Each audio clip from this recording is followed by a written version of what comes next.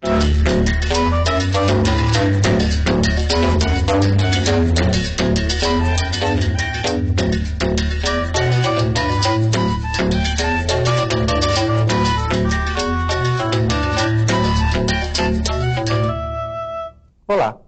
esse é o Consciência, um programa da TV Escola que mostra e discute projetos do ensino médio. O Brasil tem uma das maiores bacias hidrográficas do mundo, mas, como a gente sabe, nem sempre os rios são tratados como deveriam. Como será que as escolas podem vencer o desafio de ensinar biologia e as preocupações com o meio ambiente? Para conversar sobre isso, nós convidamos os professores Neuza Arruda, professora do Cefet Química e coordenadora do curso de Meio Ambiente, César Grisolha, doutor em Genética e professor da Universidade de Brasília, e Alegra Viviane Aluz, pesquisadora do Centro de Tecnologia Mineral do Ministério da Ciência e Tecnologia. E para começar a nossa conversa, vamos mostrar uma experiência do Centro Federal de Educação Tecnológica, o Cefet Química do Rio de Janeiro. Alunos e professores discutem em sala de aula como preservar a vida nos rios e nas comunidades ribeirinhas. Vamos ver? Na década de 50, o Japão viveu uma tragédia ambiental de grandes proporções. Centenas de moradores da Baía de Minamata apresentavam sintomas de uma estranha doença que afetava o sistema nervoso central. As investigações apontaram para uma indústria química que despejava mercúrio em altas quantidades. A doença ficou conhecida como mal de Minamata. A doença de Minamata trouxe para a humanidade uma informação que até aquele momento não era conhecida. E a causa ficou diagnosticada como sendo o peixe contaminado com metilmercúrio.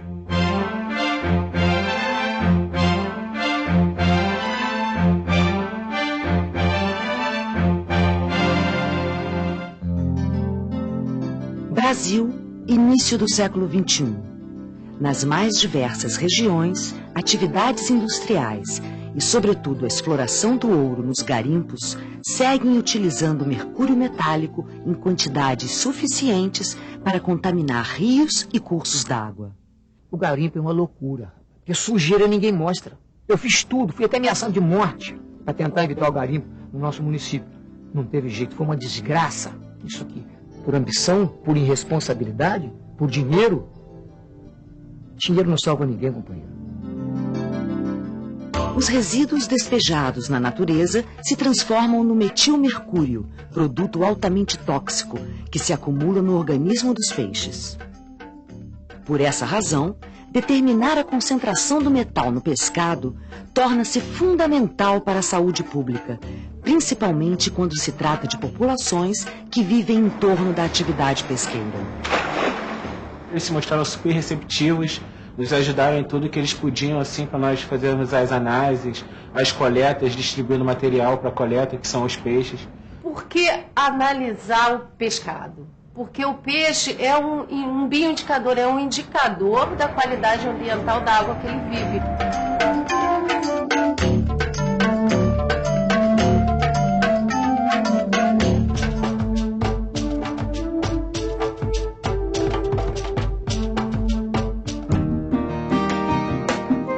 No laboratório do Cefet Química do Rio de Janeiro, um grupo de alunos se prepara para mais uma visita ao campo de estudos. Gente, vamos ver os últimos detalhes, para a nossa visita de campo de amanhã. O questionário já está pronto, todo digitado. Eles são multiplicadores de um trabalho que está ajudando uma comunidade tradicional de São Fidélis, no norte fluminense, às margens do Rio Paraíba do Sul, a averiguar a saúde do pescado. Em termos do estudo da química, quais seriam os conteúdos programáticos? Reações de oxirredução e digestão de matéria orgânica, que é a destruição via química de ligações específicas dentro da matéria orgânica, que é quando a gente libera o mercúrio da proteína do peixe.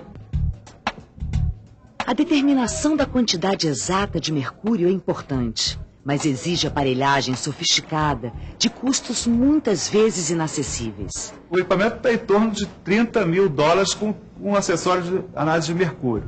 Fora a instalação de gás, né, que tem que ter acetileno, tem que ter óxido nitroso, um ar comprimido. Então, numa comunidade de pescadores, eu acho que não seria muito viável, não.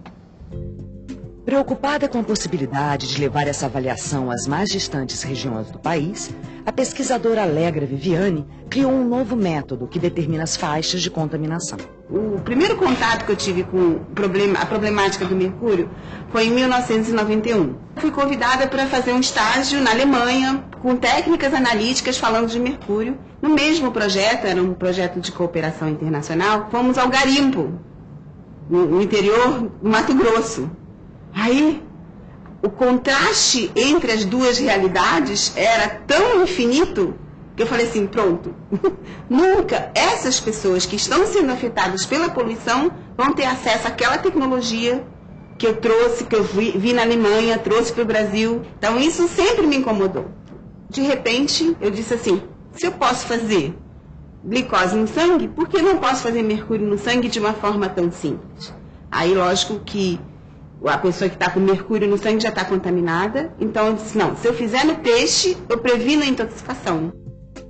Quando a doutora Alegra foi ao Cefet para uma palestra, os alunos de imediato se interessaram. A partir dessa primeira palestra, foi crescendo o projeto, nós começamos a parceria, porque nesse primeiro momento foi só uma palestra. Aí que nós começamos a ministrar o curso. E realmente é muito emocionante a gente ver a coisa acontecendo, crescendo. Através dessa palestra, nós procuramos ela para fazer um convênio entre o CETEM e a escola, para a gente se formar, para ela nos formar como multiplicadores desse método desenvolvido por ela.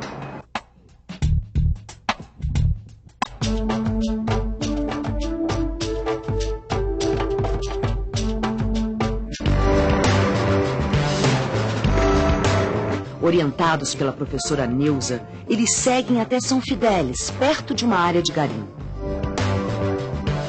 Lá, eles colhem amostras da água e principalmente peixes, considerados os indicadores mais adequados da contaminação pelo metal. O mercúrio, né, que é alvo agora no nosso estudo, ele é um contaminante muito sério, exatamente porque ele acumula. O peixe não tem mecanismo de eliminar. Para conseguir um pessoal para fazer um trabalho do índice de mercúrio no Rio Paraíba, do Rio de Janeiro, um dia de sábado, para a gente fazer um trabalho desse, para a gente dar uma atenção ao pescador, é só mesmo o toque de Deus no coração de todos vocês. Nós fomos lá na comunidade, né, pesqueira, e pedimos a ele para separar os peixes mais consumidos naquela área. Aí eles separaram lá curimatã, cascudo, entre outros peixes, e nós trouxemos para cá.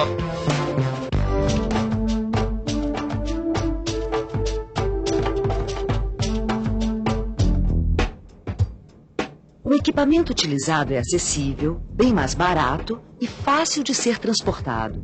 Além disso, ele não exige necessariamente um laboratório nos moldes tradicionais. Os pedaços de peixe foram imersos no meio ácido e deixados em aquecimento no banho-maria por 2 horas. Agora nós vamos efetuar os padrões para comparar com a coloração da amostra com os padrões. Aí você vai determinar a sua faixa de contaminação por mercúrio. Nós colocamos o papel dentro do suporte, onde o mercúrio que se encontra dentro do sistema vai ser carreado através desses dutos pelo ar que é fornecido com uma bombinha de aquário. A água que for carreada junto com o ar será retida no condensador. O mercúrio chegará por esse duto e será detectado no papel através de coloração. É simples o suficiente para que um mini laboratório, pode ser uma cozinha adaptada, né?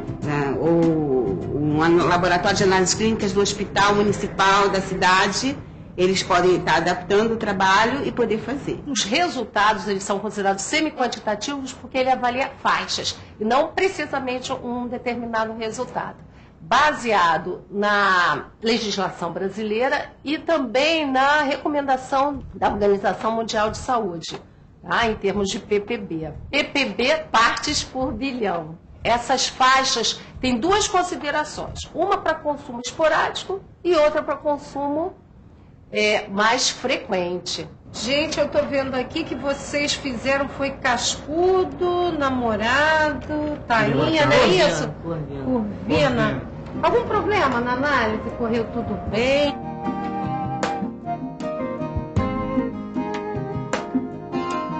Para os pescadores de São Fidélis, prejudicados por uma série de episódios de contaminações diversas nas últimas décadas, a experiência teve um sabor de novidade. Tiveram aqui para fazer análise nos peixes, a cobrança era muito, como até hoje. E aí, Joci, cadê o resultado daquele exame? E eles falaram, pô, vocês foram tão legais que se comprometeram a voltar e dar esses resultados pra gente. Olha, rapaz, eu tô igual o Tomé. Só vendo pra quê? Eu falei, então você espera que um dia você vai ver e crer.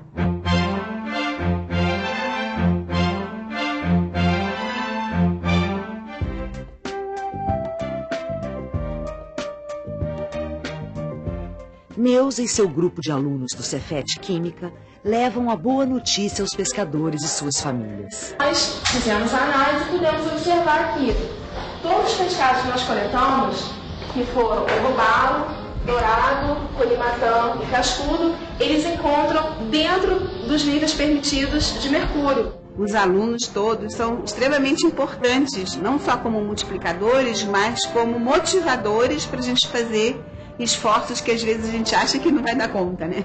Nós representamos o Brasil recentemente em Istambul, no evento de meio ambiente. Fomos bem reconhecidos, que houve uma premiação. Eram 20 países, todo mundo, com projetos em meio ambiente. Nunca imaginei, estando nessa situação, eu já ter ido fazer participações no exterior. O projeto foi premiado em primeiro lugar na categoria de Ciências Agrárias, lá em São Paulo, que nos deu uma credencial para participar de uma feira nos Estados Unidos, a ISEF.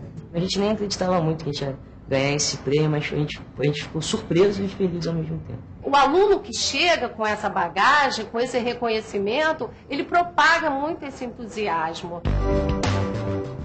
A atividade de pesquisa de campo mostrou-se extremamente motivadora para esses jovens. Para muitos deles, fazer ciência na prática teve o dom de despertar vocações e dar um sentido muito mais amplo à palavra cidadania. O papel do pesquisador não é só trazer soluções para o que ele gosta, mas sim trazer soluções para a sociedade. Rapaz, quem que não vai apoiar um trabalho maravilhoso desse, rapaz? Mas vocês estão provando que o peixe está saudável, que o fidelense pode consumir o nosso peixe. Isso aí, pra gente, a gente não tem nem como pagar.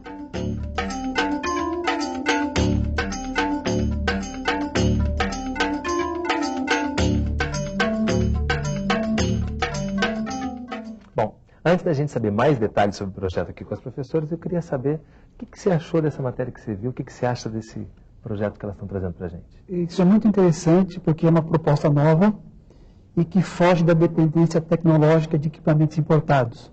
Então, aí é a grande inovação. E nós vemos também uma questão de preocupação ambiental, em termos de risco, porque o mercúrio ele está aumentando em quantidades no meio ambiente, principalmente nos rios, devido a atividades industriais, devido à questão do garimpo e as questões de desmatamento ambiental. O desmatamento também acaba poluindo os rios, acaba podendo chegar a fazer todo esse ciclo de contaminação dos peixes e humanos? Nós sabemos que o mercúrio é um componente natural dos solos. Com o desmatamento, ocorre, e com as chuvas, consequentemente, ocorre o carreamento de mercúrio para dentro dos corpos d'água. E o mercúrio, uma vez presente nos rios, ele vai entrar nas cadeias ecológicas, desde as algas, peixes herbívoros e peixes carnívoros, e as pessoas que, porventura, se alimentam de peixes, então, em última análise, acaba no homem. O mercúrio que a gente usa em casa, mercúrio cromo, o mercúrio do termômetro, como é que a gente pode saber de que mercúrio a gente está falando, o que é perigoso e o que não é? Bom, na realidade, respeito a gente precisa ter com todas as formas químicas do mercúrio, né? Algumas são mais tóxicas, outras não. Então, o mercúrio que está no termômetro, o mercúrio metálico, ele é tóxico se o ambiente estiver confinado e a pessoa estiver exposta a ele por muito tempo, por um tempo prolongado. É o caso de alguns trabalhadores de indústrias de cloro-soda, na própria fabricação dos termômetros, de alguns medidores de pressão. Então, esses trabalhadores precisam usar equipamentos de proteção para se resguardar do contato ao vapor de mercúrio. Outro grupo de trabalhadores são os garimpeiros, que usam o mercúrio para amalgamar o ouro e queimam a amálgama sem nenhuma proteção. Com isso, eles acabam absorvendo mercúrio pela respiração. No caso, um outro tipo de mercúrio, uma outra forma química que o professor citou, é o metilmercúrio, que é formado através da ação de bactérias que existem no solo, naturalmente, e acabam se acumulando através do peixe, chegam ao ser humano e, ao longo de muitos anos, como ele é cumulativo, ele acaba provocando lesões irreversíveis. Neuza, qual a importância que você vê de um projeto como esse para um centro como o Cefet de ensino médio? Bem, projetos que transcendem a sala de aula, que levam o aluno para a rua, e o que é mais importante para uma comunidade, uma comunidade que não tem um acesso tão direto no seu dia a dia a centros de tecnologia, ou centros de educação, eu acho que eles sempre têm que existir. Acho que o professor tem sempre que dar valor a esse tipo de coisa, porque isso que é enriquecedor. A aprendizagem fica muito mais concreta. Muito mais concreta. O aluno, você consegue perceber a dinâmica que ele dá ao seu próprio trabalho, a maturidade que ele adquire. A nossa instituição, ela é formadora de profissionais de ensino médio, mas a gente sempre procura dar esse vínculo ao aluno, de colocá-lo em projetos que atuem fora da instituição, com essa vertente não só tecnológica, técnica, de medir qualidade ou algo nesse nível, mas sim voltada para a educação ambiental, a questão a gente tem outros cursos também, a questão da segurança alimentar. Então, esse projeto, o encantamento dele, que a gente recebe elogios a cada dia, está exatamente na valorização desses vínculos. Na formação de um cidadão, muito mais exatamente, técnico, muito mais completo, com a visão muito mais holística. Ok. No próximo bloco a gente vai saber como é que a Alegra teve esse estalo para criar um equipamento tão importante para todos nós. Não sai daí, a gente volta já.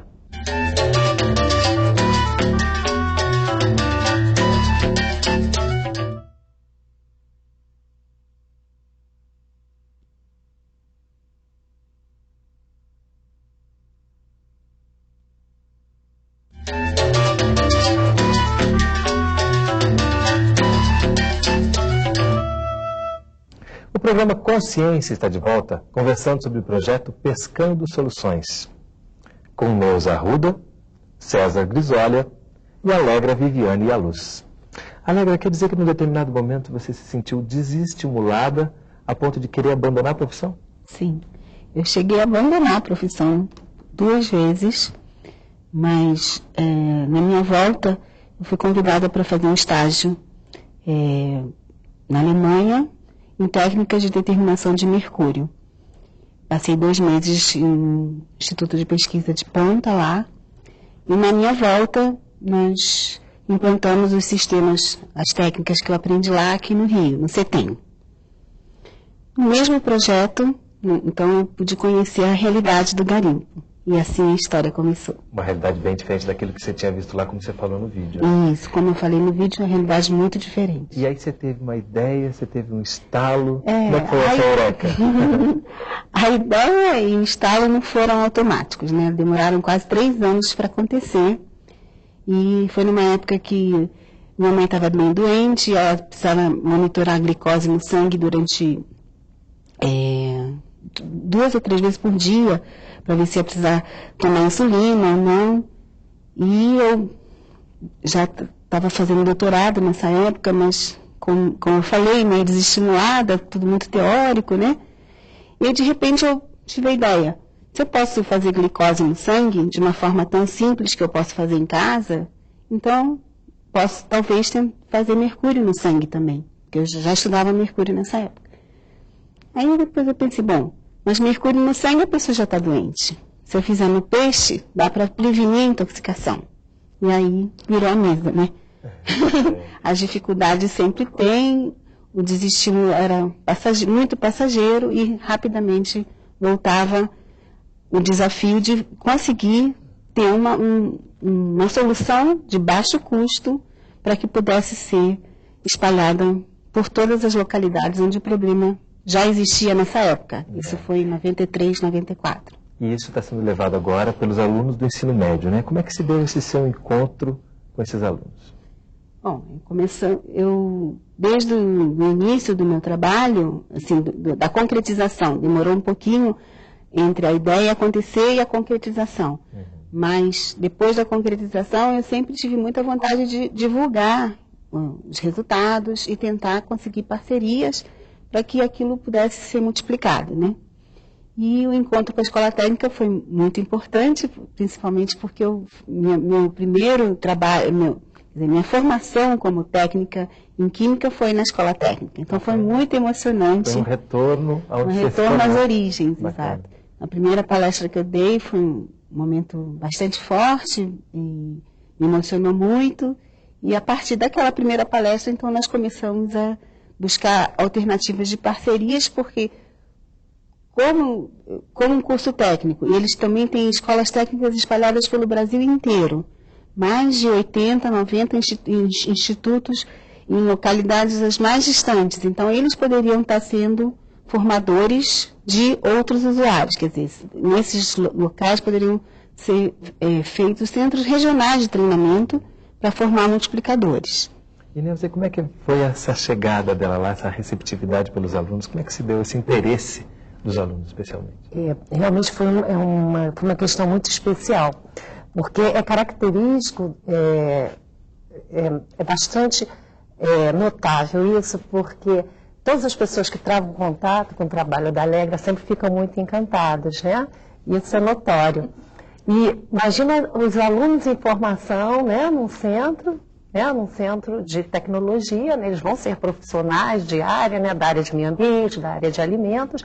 Imagina os alunos naquele fervor, né, da sua adolescência, pegar, né, terem a oportunidade de trabalharem, né, num projeto tão bonito quanto é o projeto da Alegra, né? Então eles ficaram fascinados, me procuraram, eu como professora deles, né, coordenadora do curso, me solicitando que travasse um contato para que eles fossem esses multiplicadores, né? Segundo esse modelo que a Alegra falou, né?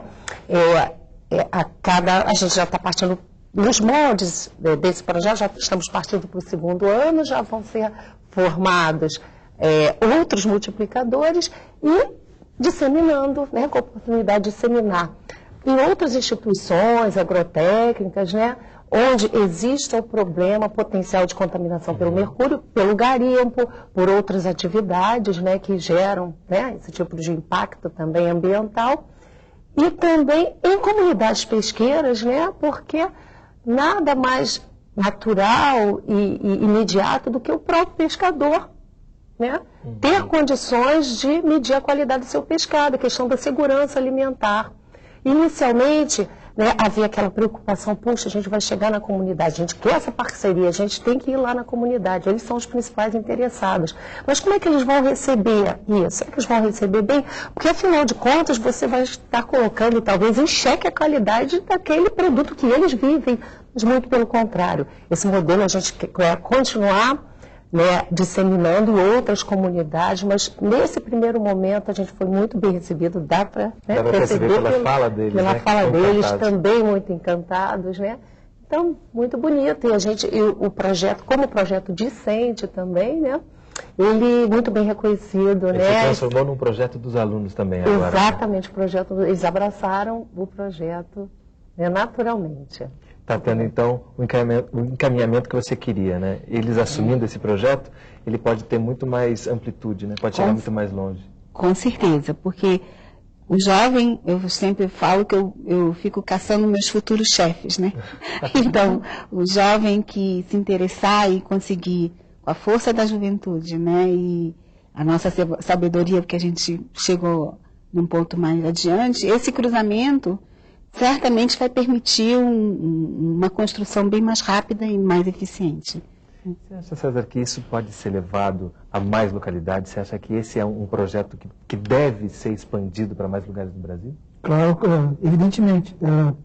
O que é importante nesse projeto são duas vertentes, uma acadêmica e outra científica. A acadêmica é que hoje nós estamos buscando um novo modelo de ensino, que é o chamado ensino baseado em problemas. Aquela questão do professor ficar dando matéria em sala de aula, aquelas aulas expositivas, desmotiva o aluno. O verdadeiro ensino é aquele que motiva o aluno a buscar a informação por si. Esse modelo, esse aparelho de fazer detecção de mercúrio, de uma maneira simples e que possa ser levado a todos os centros do Brasil, então ele pode combinar estudo com base científica e também a questão acadêmica de você motivar o aluno, usando como motivação aí a contaminação ambiental por mercúrio ou a contaminação de peixes por mercúrio. Então a interação professor-aluno fica muito mais interessante porque você motiva o aluno a buscar informação. Esse é o aprendizado moderno, é o chamado ensino baseado em problemas, onde você monta um problema e o aluno pesquisa na internet, pesquisa na bibliografia como resolver esse problema. Então, a questão ambiental hoje é um problema, a questão do mercúrio é um problema. Se nós temos os instrumentos e temos um professor com competência, com bagagem para reunir, agregar esses alunos, então essa é a maneira mais moderna de ensino hoje. Você percebe isso, que no momento que você agrega-se o problema como iniciador do ensino e traz essas questões que estão em torno da escola para dentro da escola e também leva a escola para fora, você percebe que a aprendizagem se torna muito mais concreta? Com certeza, porque quando eles se treinam na técnica, eles não estão tendo só uma aula de química, eles estão indo para fora, estão tendo uma aula de cidadania, estão conhecendo os ecossistemas, estão travando contato com aquela problemática ambiental, né, a contaminação das nossas bacias, né? Essa comunidade que a gente está trabalhando inicialmente, ela é uma das bacias mais importantes do Brasil, que é a bacia do Paraíba do Sul. O que deveria ser o berçário para a vida está sendo depósito, né, de efluente, de lixo, é uma questão muito castigado. Né? Pois é, então, o aluno tem uma lição de todo esse universo. E por que São Fidélis? Por que foi eleita essa comunidade para começar? Porque em 99, já pensando na propagação do projeto, e nós escolhemos essa região entre Itaocara e São Fidélis como ponto de partida, porque era próximo do Rio de Janeiro. Os recursos sempre são pequenos, né? Então nós conseguimos verba para poder fazer um pequeno estudo lá, para ver se aplicaria a gente divulgar esse trabalho. Isso foi anterior ao trabalho com a escola técnica. Então foi feita uma avaliação do pescado mais consumido em Itaocara e São Fidélis, para depois ver se seria necessário implantar um mini laboratório lá com os recursos de análise, né? Nesse primeiro momento, aí voltei para dar os resultados primeiro, e a dificuldade que a Neuza, graças a Deus, não sentiu, eu senti bastante no primeiro contato, porque eles são muito desconfiados, e o discurso era assim, não, porque o pesquisador vem aqui, pega as amostras, e depois não traz o retorno, né? E eu, meu Deus, então tem que voltar, né? Eu falei, não, eu vou voltar para comunicar a vocês os resultados. Aí eles sempre assim, independente do resultado, nós fazemos questão de saber. Mesmo que a gente está incorrendo no risco de perder o nosso sustento, né, porque são pescadores, nós preferimos saber a verdade. Falei, não, eu tenho o compromisso com a verdade, eu vou trazer os resultados. Então, a gente deu, eles tiveram assim, bons resultados, realmente só uma das espécies chegou num limite não muito crítico, é o limite máximo para o consumo contínuo, que é o dourado, que é uma espécie carnívora, mas eles ficaram muito satisfeitos exatamente com o retorno. Então, quando nós começamos o nosso trabalho com a escola técnica, mesma coisa, a proximidade facilitou que a gente poderia, com pequena verba, o deslocamento, já tinha os contatos com os líderes da comunidade, eles aceitariam, nós entramos em contato com os líderes, que é o seu Jaci e o seu Dominguinhos, e comunicamos, olha, nós estamos fazendo trabalho com a escola, eles gostariam de visitar, pois não, as portas estão abertas, e assim foi. E os alunos, antes de ir a São Fidélis, antes de ir a campo, qual é a preparação teórica que eles têm? Bom, eles têm um mini curso que inicialmente cerca de 12 horas, a Alegra, ela ministra uma palestra que fala de toda essa questão do mercúrio, né, toxicidade, questão da biomagnificação, concentração, e o kit, né, uma palestra, né, e algumas aulas laboratoriais. Depois, eles vão se treinando na técnica, tá, um pouco mais livremente, né, mas aí eles já abraçaram a ideia, né. Já está acontecendo. Exatamente. Biomagnificação especificamente é o quê? Biomagnificação é o fenômeno de concentração, aumento, né, das quantidades ao longo da cadeia alimentar. Tá? Então, o peixinho pequeno, né, que se alimenta próximo ao sedimento, por exemplo, o mercúrio, né, tem uma tendência a se depositar próximo ao sedimento, ele vai se alimentar, ele vai consumir uma quantidade de mercúrio.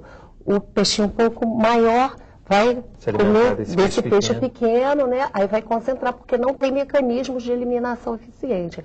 E assim por diante ao longo da cadeia alimentar, da cadeia trófica. E geralmente no final dessa cadeia, os peixes maiores são esses que a gente vai se alimentar depois? Exatamente. Na realidade, o risco maior de magnificação é para os peixes carnívoros.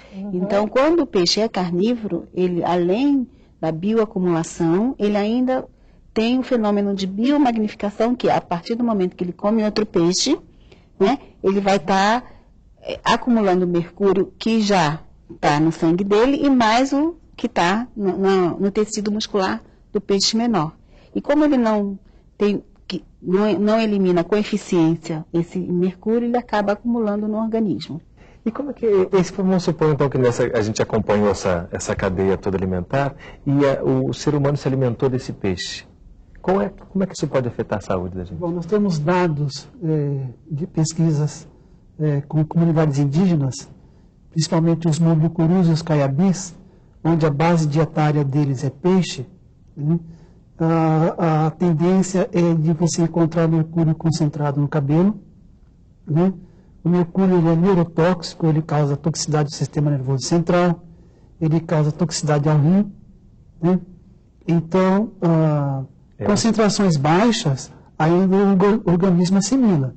Mas quando essas concentrações começam a aumentar, né, indivíduos ou comunidades que consomem poucos peixes, eles têm concentrações baixas de mercúrio que não atingem níveis tóxicos. Mas aquelas comunidades onde a base alimentar é peixe, então alguns indivíduos podem concentrar mercúrio no organismo, porque, como foi dito, eles não têm como eliminar. Daí sim você pode ter surgimento de alterações neurológicas, como deficiência de visão, alterações renais. Né? Para a gente não assustar muito as pessoas, como é que está a situação dos nossos rios em relação à contaminação de mercúrio? Olha, isso varia de rio para rio. Né? Agora, aqueles rios onde o garimpo foi muito explorado, né, você vai encontrar um pouco mais de mercúrio. Mas a natureza também ela consegue se recompor. Né? Então, a questão de contaminação é proporcional à intensidade de derrame de mercúrio. Então, essas regiões auríferas, né, onde houve uma exploração muito grande com de mercúrio, ainda tem mercúrio no solo, ainda tem mercúrio no sedimento dos rios. Né? Nós temos também aves que se alimentam de peixe, por exemplo, algumas garças, né? E nós já encontramos mercúrio no fígado dessas aves. Né? Então, a questão extrapola o ecossistema aquático. Né? No Pantanal, nós temos dados com garças que se alimentam de peixes. Na entrada da Transpantaneira, né, existe um garimpo imenso. Né? E ali existem muitas aves. Então, já foi encontrado resíduos de mercúrio em altas concentrações, né? Em garças que se alimentam de peixes. Ou seja, pode ser bem mais perigoso do que a gente imagina, né? Porque existem várias fontes contaminadoras de mercúrio. Você tem o mercúrio da indústria química, você tem o mercúrio liberado pelos garimpos, e você tem o mercúrio como elemento natural do solo, e que pelo fato da devastação ambiental, você tem desmatamento, esse solo fica desprotegido, e quando chove, ocorre a erosão do solo para os corpos d'água, e você tem contaminação aquática de uma maneira imprevisível. Né? Ok, a gente vai falar ainda mais sobre os resultados desse projeto no próximo bloco. Não sai daí, a gente volta já.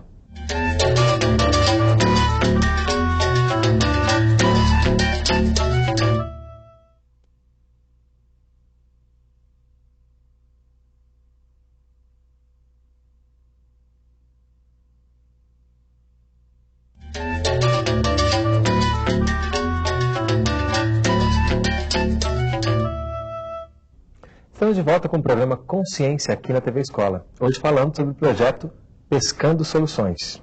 Conversando com Neuza Arruda, professora do Cefet Química e coordenadora do curso de Meio Ambiente, César Grisolha, doutor em Genética e professor da Universidade de Brasília, e Alegra Viviane Yaluz, pesquisadora do Centro de Tecnologia Mineral do Ministério da Ciência e Tecnologia. A gente falou bastante aqui no bloco anterior sobre a contaminação que o garimpo traz para os rios por causa da utilização do mercúrio. Existe alguma outra forma de garimpar sem causar tantos danos ao meio ambiente? E também danos a quem está fazendo esse garimpo? O problema é a viabilidade econômica das outras formas, né? Então, o mercúrio ainda é o método mais barato, mais viável.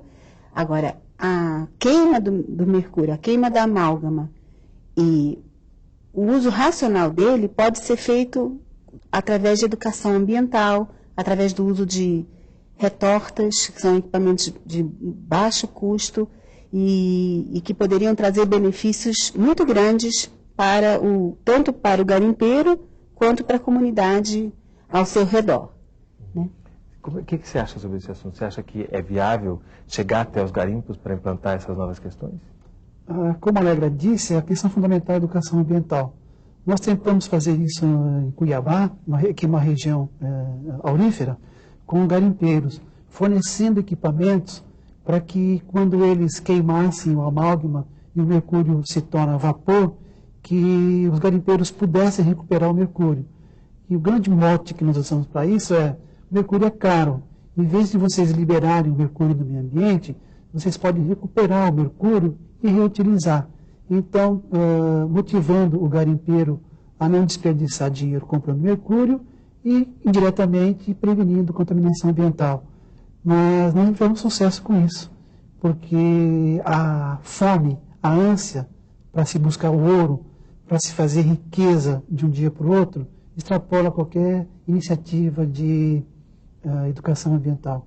A gente vê isso porque o próprio pesquisador diz que muitas vezes também o pescador foi ameaçado de morte, então realmente há alguns cuidados que deve se ter quando se entra nesse aspecto da questão, né?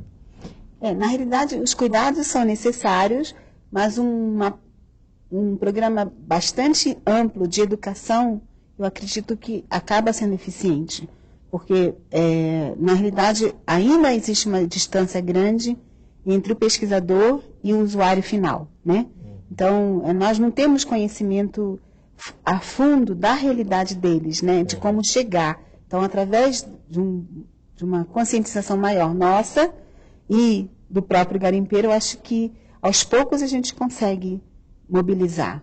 Aos poucos, como também você conseguiu transformar em prática o seu projeto, né? Como é que foi isso? A gente tem ali o equipamento que a matéria também mostrou. Como é que foi esses passos, né, da criação do equipamento até chegar aqui? Na realidade, nós tínhamos um desafio.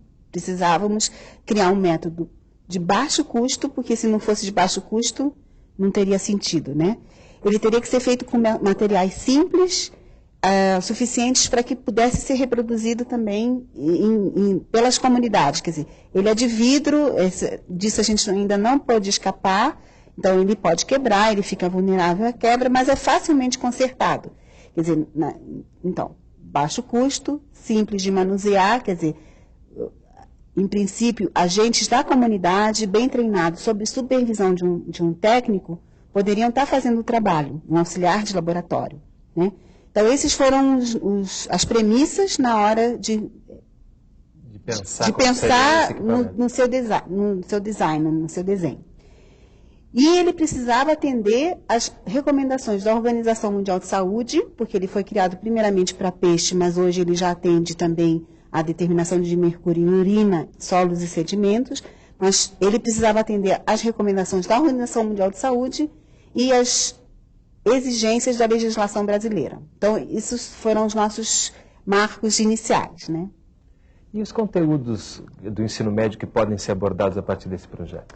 Bom, esse projeto, como projeto discente, ele tem duas vertentes dentro da escola. Uma para o curso de alimentos, que trata da questão de segurança ambiental, segurança alimentar, desculpe.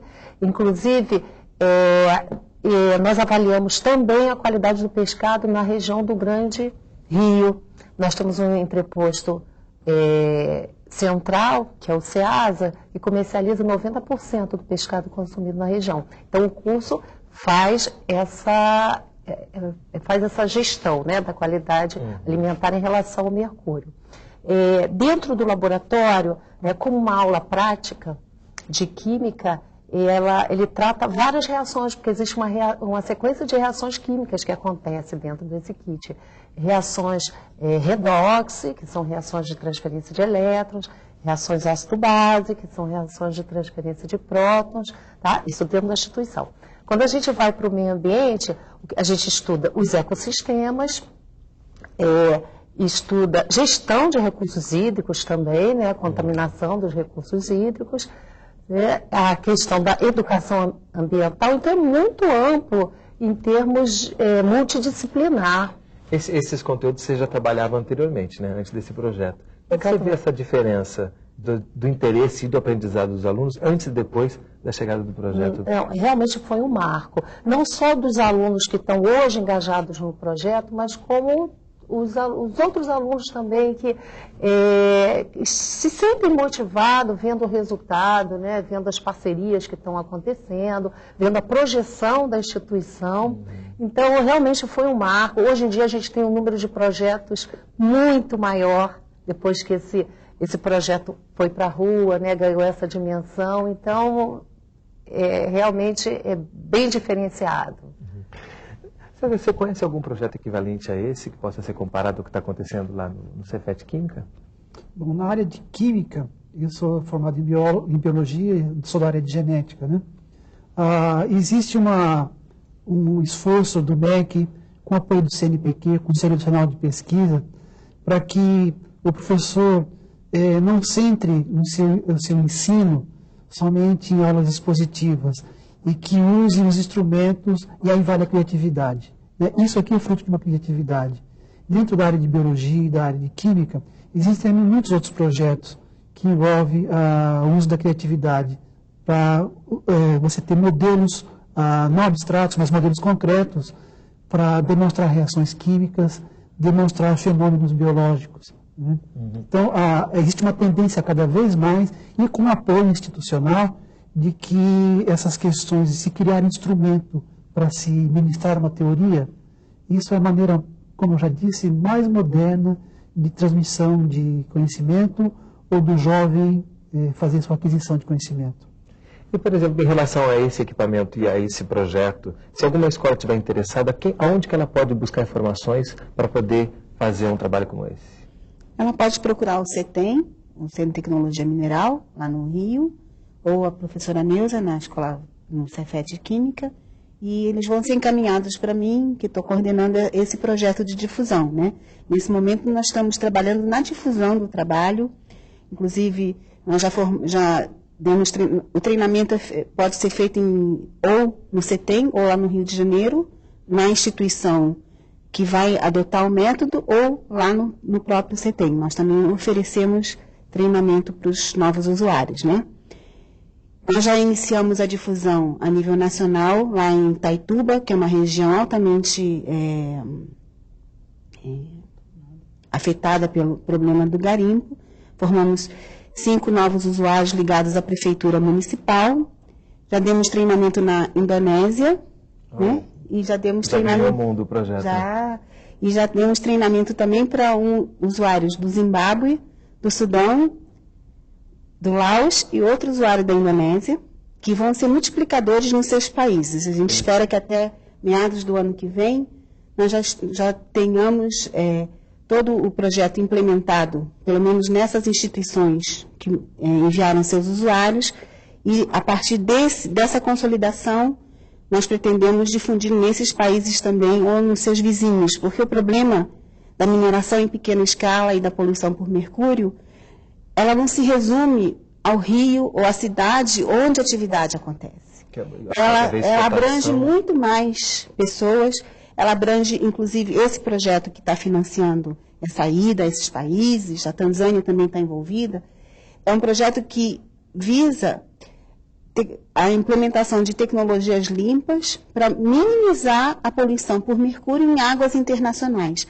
Águas que transbordam só aquela localidade onde aquilo acontece. Como o professor bem citou, o afetado normalmente não é a pessoa, não é o usuário.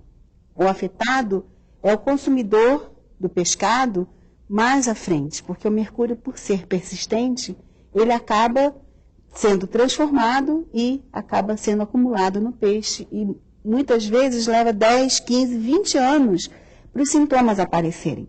Então a gente não pode ficar tão tranquilo porque hoje não tem problema aparente, né? Hoje os problemas podem estar se confundindo com outros tipos de problemas nacionais, né? E esses peixes que a gente consome, que a gente compra em supermercados ou em mercados, a gente pode ter uma segurança que a gente não está correndo esse risco? Não, na realidade, o consumidor, de um modo geral, ele não consome peixe todos os dias, 7 dias por semana. E ele não consome somente peixes carnívoros. Ele consome peixes herbívoros, ele consome outro tipo de carne branca, né? Falando em termos de risco, quem corre mais risco nesse processo como um todo? São aquelas comunidades ou aqueles consumidores onde a base dietária é peixe. Então, o risco maior são, que eu vejo, e os resultados que nós tivemos, são com comunidades indígenas. Porque os caiabis, os munducurus, a fonte de carboidrato é da mandioca ou da farinha. E a fonte proteica é do peixe. Eles não comem carne vermelha. Uma vez ou outra eles comem carne de caça. Né? Então a base dietária deles é o peixe. Então nós temos que, em primeiro lugar, verificar qual comunidade ou que grupo está sob o maior risco. São os maiores. E aí sim, né? Aí sim pode ter uma atitude mais específica com quem está mais exposto a esses... Os mais expostos. Em relação a esse retorno à comunidade para levar os resultados, né? A gente vê que eles ficaram, primeiro, um pouco descrentes com o pé atrás, e depois extremamente felizes em receber esse resultado, né? Como é que foi isso para vocês e para os alunos que estiveram lá? Porque o que acontece é que existem muitas teses de mestrado, muitas teses de doutorado, que escolhem algumas comunidades para obter resultados analíticos, compilar aqueles resultados, publicar o seu trabalho. Mas não se preocupam, às vezes, de retornar, dar um retorno àquela comunidade que te recebeu, né? De certa forma, ajudou com o seu trabalho. Isso já tinha acontecido com a comunidade deles. Então, quando nós chegamos lá, eles já nos preveniram em relação a isso, né? Já mostraram que eles tinham receio de que acontecesse aquilo de novo, que eles estavam abrindo as portas para a gente, mas um retorno para a comunidade, né, que eles próprios respeitam muito, era importante. E a gente chegou num momento muito importante. Tinha acabado de haver um desastre, estourou um dique contendo produtos altamente tóxicos que impactaram o Rio Paraíba do Sul, de uma indústria de papel, indústria Cataguases, e estava uma situação delicada porque eles não estavam conseguindo comercializar o pescado, a pesca estava parada. Ninguém confiava no seu pescado. Deles, exatamente. Né? Então, quando nós fomos lá, eles se sentiram, né, que havia valorizados, né? Uma instituição estava dando algum apoio em relação a eles para medir a qualidade, né? Não exatamente em relação àquele impacto que tinha acontecido naquele momento, mas em relação ao problema antigo que eles tinham, que é a questão do mercúrio. Né? Então, nós retornamos, depois com os resultados, fizemos a apresentação, aliás, os alunos fizeram a apresentação para a comunidade, como pode ser visto, né? Então, agora eu acho que o crédito está muito maior, eu acho que agora a parceria está consolidada, né? CETEI, Cefet Química e a comunidade, né? E esse modelo a gente pretende espalhar para outras comunidades. E como na cadeia alimentar tudo vai se transformando, passando de um para o outro, a própria valorização e autoestima, a gente percebe que aconteceu a mesma coisa, né? Aquilo que acontece com o aluno, que está participando ativamente de uma solução ambiental, acontece na comunidade também, né? Como é que você se sente sabendo que você foi o pontapé inicial disso tudo? Não tem palavras, né? É muito bom. Eu realmente só sou a detonadora, mas o mérito eu acho que é de todos, né? Dos colegas do CETEM, dos colegas da escola técnica, dos alunos principalmente, porque abraçam as causas, dos alunos de iniciação científica que me acompanham desde 98, 99, que eu venho orientando projetos de iniciação que ajudaram a consolidar o método primeiramente, depois a difundir ele, depois a estudar novas aplicações. Então, realmente é muito bom. Muito gratificante. Né? Com relação à questão da comunidade indígena, eu acho que vale a pena ressaltar que o nosso retorno para essa comunidade foi o seguinte: esclarecimento sobre a questão, né, porque para isso, para os índios amazônicos, isso é uma questão nova, o garimpo lá para eles é recente. Então, o que nós estamos discutindo com a comunidade indígena é diversificar o consumo de peixe em termos de espécies. Se alimentar de espécies de couro, espécies de escama, né, e eles têm o hábito de consumir também castanha do Pará. E nós sabemos que a castanha do Pará é rica em selênio. E o selênio ele ajuda a eliminar mercúrio.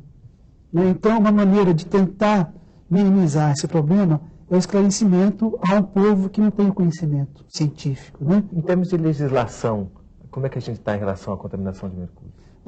Nós nos baseamos nos índices estabelecidos pela Organização Mundial de Saúde. Acima de 10 ppm, 10 ppbs, 10 partes por bilhão por ml de sangue, já é considerado um nível crítico que pode desencadear processo de intoxicação. Então, esse aí é o divisor de águas. Né?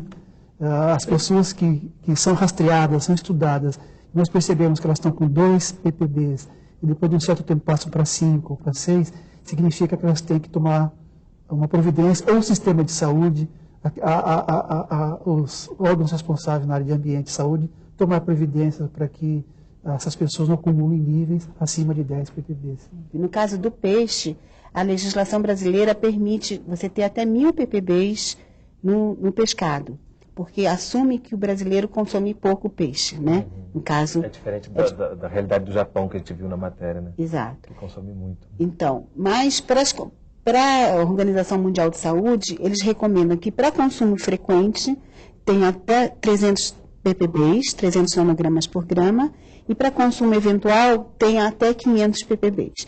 Então, na nossa realidade, o que a gente vai precisar fazer realmente é um estudo de hábitos alimentares de cada população. No caso específico de Itaituba, por exemplo, que é uma cidade que tem bastante contaminação por mercúrio, provocada pelo garimpo, nós temos vários grupos da comunidade. Grupos que se alimentam 3 vezes por dia de peixe, farinha e açaí, é a alimentação básica deles, e tem pessoas que comem uma vez por mês, porque a cultura lá são pessoas que vieram de outros estados e não têm o hábito de comer o peixe.